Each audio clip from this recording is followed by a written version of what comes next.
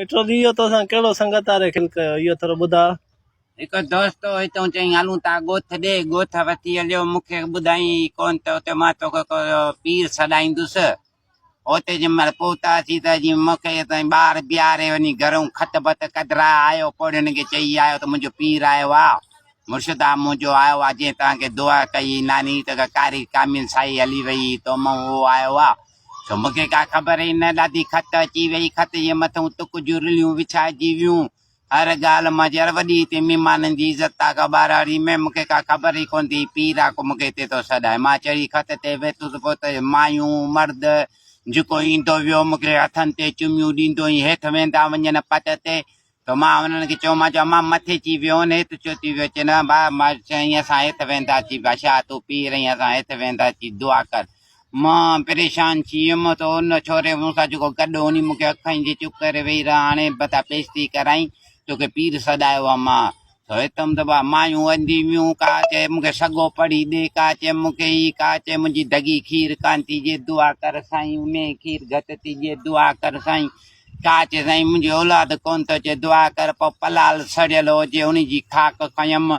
चपती ॾिनमि हिकिड़ी माई खे, मां चयोमां थी ही सुबुह जो सनेरा न्याउ थी अङिल ॿोड़े खाक जी चबान ते रखे चटे छॾिजांइ, ही मिसरी जी ॻोड़ी अथई, पुट खपई या धीउ खपई, चई मूंखे औलाद खपे कहिड़ो बि खपे, त मिसरी ॾिनमांसि, मां चई ॿ ॻोड़ियूं अथई ॿई ॻोड़ियूं खाई छॾिजांइ तोखे औलादड़ो थींदो, पर जोड़ो पुटनि जो ॼमंदो, त उन चयो त चयो मूंखे पुट जो औलाद छो या धीउ जो औलाद, मां तोखे वछ ॾींदसि। त हाणे मां हुते मुर्शिद थी वियो त वॾो, वरी मूंखे चवनि धागा पढ़ी ॾे, मां चयोमांसि धागो त मूं वटि कोन्हे को, वरी रील खणी आया, हाणे कुझु अची न वेठो, धागे खे पढ़ां वेठो, चपनि खे वेठो चोरियां, गंधू बि वेठो ॼां, चपनि खे वेठो चोरियां, गंधू जी हुननि खे ॾिनमि, का माई खे ॻीची में विझां, कंहिंखे ॿाह में ॿधां,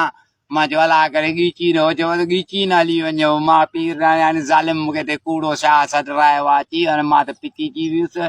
छो बाबा हाणे उते जो मां पहुतमि, उन्हनि जो यकीन हो त हाणे माई उन खे औलाद छो, उन माई मूंखे साल खां पोइ जो वियुमि ख़बर पई त उन माई खे औलाद छो आहे, मूंखे वछ ॾिनई कदे माई, अॼु उहे मुंहिंजा मुरीद थी विया आहिनि हुते। हाणे मूं सिकनि पिया था साईं कोन थो अचे असांजे ॻोठ, साईं कोन थो अचे असांजे ॻोठ, मां त पितिजी वियुसि, ज़ालिमी खे ख़ुदा जी मार पए, मूंखे हली हुते सैयद सॾराई छा अची, मां हुते पितिजी वियुसि। हाणे उहे मुंहिंजा मुरीद थी विया आहिनि, हाणे साल साल ते मूंखे रोज़ हर साल ते यादि कंदा आहिनि त साईं अचे चांवर खणी वञे, अन्न लथो आहे साईं खणी वञे, त हाणे मां वञा ई कोन थो उन्हनि ॾे। हाणे उहो हिते अची निकितियूं उन पंहिंजे माइट वटि, त मुर्शिद खे वठी आहे, असां मुर्शिद खे मञूं था, असां मुर्शिद जा नौकर आहियूं, असांखे मुर्शिद औलाद ॾी वियो आहे वथराए मुंहिंजे अलाह खां, असां उन जा नौकर आहियूं। उन्हनि माइनि मूंखे साईं खे चवां पको ई पको मुर्शिद करे छॾियो, मां ग़रीब मिसकीन माण्हू, हाणे मूंखे पालक राज, हाणे मां फ़क़ीर माण्हू, उते हुन शाह जो सॾरायो त तुक जी रिलियुनि ते ॿुधायां, चवरी हिकिड़ी माई मूंखे 5000 रुपया ॾे, मां हुनखे चयो न मासी मां पैसा न वठंदो आहियां, त हू वरी पंहिंजे मुरीद मुआरे खे बि चए थी तुंहिंजो मुर्शिद पैसा नथो वठे, त मुरीद चवनि थी मुर्शिद पैसा न वठंदो आहे, हिनखे चांवर ॾियो, त उहे चांवर वरी 3 किलो खणी आई, त मां वरी मुंहं में पंहिंजे मूंखे चंबो आयुमि, त मां चयो 5000 वठां भला 3 किलो चांवर केॾे कयमि, त 3 किलो चांवर टे कंहिं न कंहिं तगारी ॾिनी, कंहिं अधु तगारी ॾिनी, 6-7 पाचका थी विया, मां निकितो हलियो आयुमि। बाबा वॾी महिरबानी, तो मां पिटियल आहियां, हुते मूंखे ज़ालिमनि सैद करे सॾरायो हो, तो मां उन ॾींहुं काॾे पितिजी वियो अलाह हुते, वॾी महिरबानी।